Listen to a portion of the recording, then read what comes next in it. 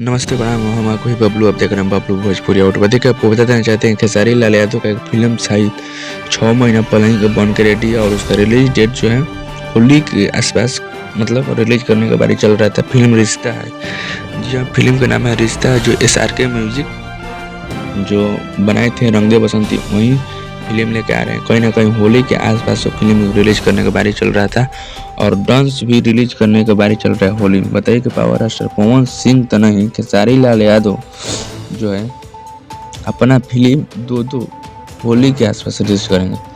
बताइए कि एगो फिल्म के रिलीज करने का बारी चल रहा था, एगो खेसारी लाल के बारे में छोड़िए ना, भोजपुरी की किसी भी फिल्म के बारे में अगर किसी भी सिनेमा हॉल में घर नहीं मिलता है तो दो फिल्म के किल कहाँ घर मिलेगा। बताइए। तो आप लोग ये समझिए कि खेसारी लाल यादव कहीं ना कहीं एक फिल्म को रोक देना चाहिए। और रिश्ते फिल्म को 6 महीना पहले से डेट दिया गया था कि वहीं रिश्ता फिल्म जो होली के आसपास शुभ अवसर पर रिलीज होगा और कहीं ना कहीं डांस मूवी का भी रिलीज डेट जारी कर दिया गया कि होली के शुभ अवसर पर रिलीज होगा। कहीं ना कहीं ये दोनों फिल्म फ्लॉप होगा और ऐसे होगा। तो चलिए मिलते हैं अपडेट।